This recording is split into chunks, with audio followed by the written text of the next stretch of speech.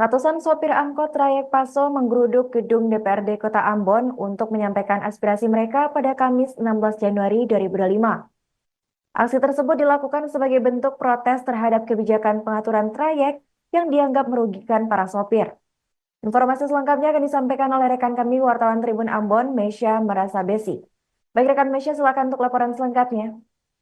Baik Tribuners, dapat kami laporkan terkait dengan ratusan supir angkot yang trayek Paso yang menggeruduk gedung DPRD Kota Ambon untuk menyampaikan aspirasi mereka pada Kamis 16 Januari 2025 kemarin, di mana aksi tersebut dilakukan sebagai bentuk protes terhadap kebijakan pengaturan trayek yang dianggap merugikan para supir.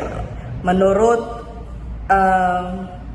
salah satu masa aksi, bahwa masalah trayek Paso merupakan persoalan lama, di mana Organda beberapa kali telah menawarkan solusi ke Dinas Perhubungan soal lintas trayek. Namun pihak Dishub Ambon hanya berkoordinasi dengan satu pihak menurut mereka. Padahal jika perwakilan dari masing-masing trayek dipertemukan dan membahas secara bersama, maka masalah ini bisa diselesaikan.